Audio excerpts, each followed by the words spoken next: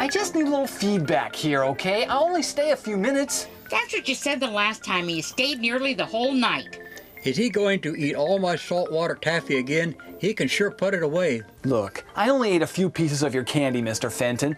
And the last time I was here, the only reason why I stayed so long is I wanted to see in person your late-night viewing habits. And now I do know for a fact that humans do watch Ron Popeil's infomercials from start to finish. Oh, we tape all of that Popeil guy's shows. He's a genius inventing all those things. Mother, is it time for my nap? No, Henry, you just woke up from your nap. So what I wanted to ask you is just how important is the physical appearance of someone on TV to you both?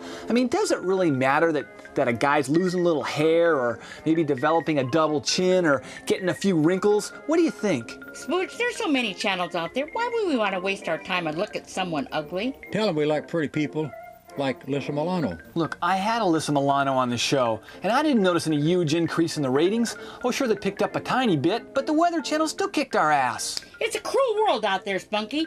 Life is hard. When we turn on a TV set, we want to see some eye candy. It's as simple as that. So, what I hear you saying then is that I and my other peers in this business, who happen to be putting on a few miles, ought to be tossed into the scrap heap in favor of some hot young new thing. Can I have a snack like some raccoon jerky? No, honey, it'll spoil your dinner. I think I've heard enough. I'll let myself out. Don't take it too hard, Spook. Everybody gets put out to pasture sooner or later. Yeah, right.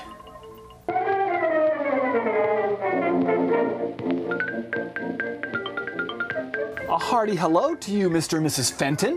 What do you want this time, Spooge? It's that guy with his own radio show. TV show, Mr. Fenton.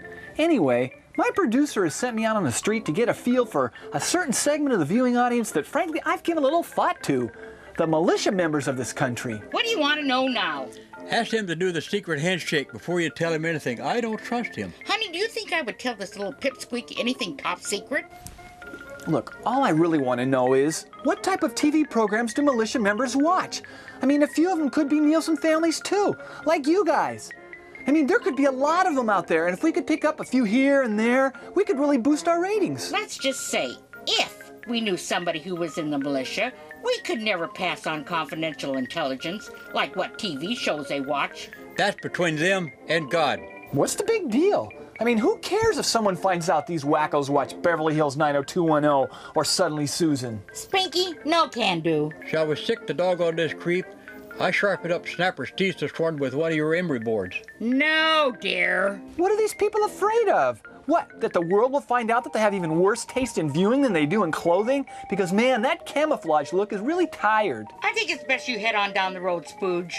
All it takes is a sick 'em. Okay, I can take a hint. I'm history.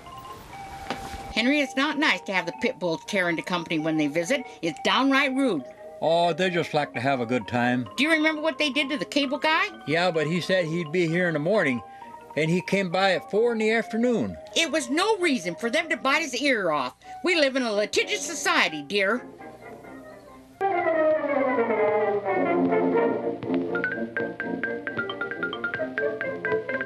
I hope you guys don't mind me dropping by without calling first again, but I needed to run something by you.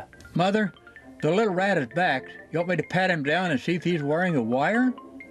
Spooge, you wouldn't be bothering us if we weren't hooked up to that stupid box. Probably not. With having to walk through those nettles bushes in your driveway, you do know they sting like hell. The nettles are really a cheap security device, don't you think? And the dog do from our dachshund Biffy, and the slugs crawling around, and the seagulls relieving themselves. It gets a little messy around here. Crooks today don't want to get their hands dirty, Spooge. Don't say anything that will incriminate us. Listen, you punk, I've seen Prince of the City 7 times. Henry, calm down. It's just Spooge good enough. He's harmless. What I wanted to ask you was your take on Rosie O'Donnell. I'm getting a lot of pressure from my producer to try her approach. You know, perky and nice. I love Rosemarie. She was the best thing on the Dick Van Dyke Show. Honey, he said Rosie O'Donnell, the woman with the program in the afternoon. I like that show. Sure, she kisses the butts of her guests. You ought to try it. It couldn't hurt. Even singing those old TV theme songs? I mean, I have a hard enough time remembering my social security number, let alone some song to an old TV show.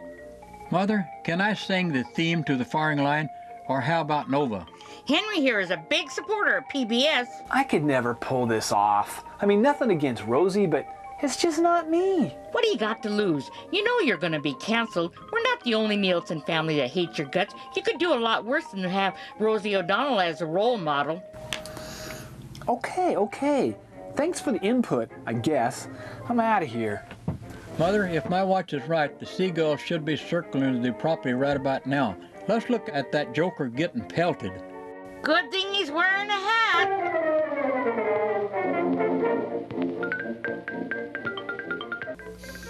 Okay, I might as well not beat around the bush here. I need your input, and I need it quick. Spud, I hope you didn't park your car out there by the pigs again. They're feeling awful ornery these days. They're in heat. It's unrequited love is what it is. Henry, we only have male pigs. We sold Jessica last spring. There's only Bert, Kevin, and Greg left.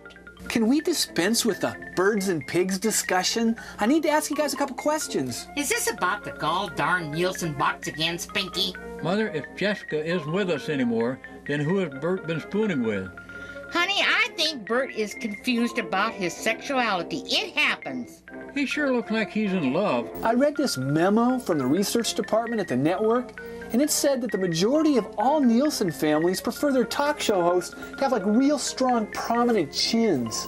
Absolutely. Who wants to look at some wheezy-looking guy on TV? If I want to look at that, then I'll drop by the feed store and chew the fat with the owner, Gerald.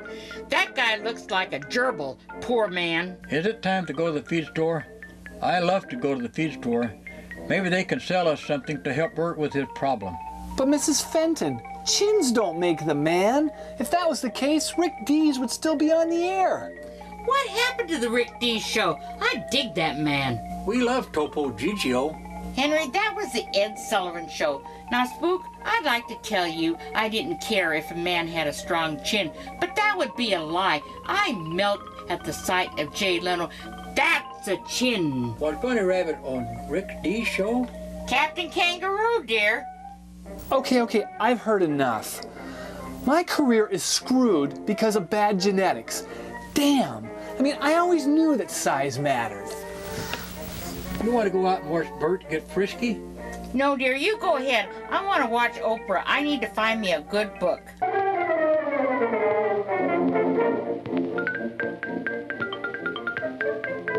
So, Spinky, what do you want here this time?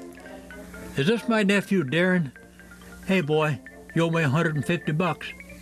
Henry, it's Spooge good enough. He's the little guy from the TV show we don't like. And a warm hello to you, Mr. and Mrs. Fenton. Say, I just read this article in People magazine, and it was talking about the American family and how they're cutting back on their TV viewing habits. Since you guys are a Nielsen family, and I guess you represent the average American family, tell me, it's not true, is it? There you go again with that Nielsen stuff. Just last week, some guy called and asked us to send in a journal for last month. What the hell is a journal? So this ain't Darren. Too bad. I could use $150. Ask him if he has any cash on him. Yeah, the article said that people are tuning out because of alternative media, like computers and video games. I mean, I get a national TV show, and this fad starts. I can't believe it. Henry's always on his computer. I can't get him to log off. It's those damn chat rooms. Did you say I could go back into my chat room?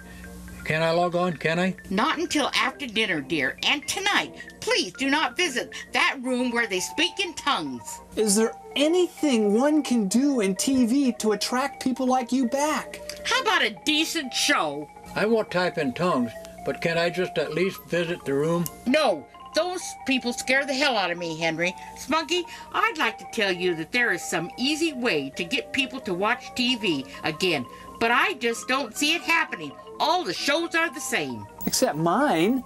My show doesn't look like anything on the air. Ain't that your problem, Spooge? I wouldn't be so proud of that if I were you. Can I go log on? Can I go log on? Spook, you'll have to leave. Henry here is about to go online, and he doesn't like to have company around when he's surfing the net. Yeah, I guess I was born in the wrong decade. If I was on the air in the 50s, man, I'd have the field all to myself. No competition except for people playing maybe a little Monopoly or Candyland. Life ain't fair, Spunky. Lock the door on your way out.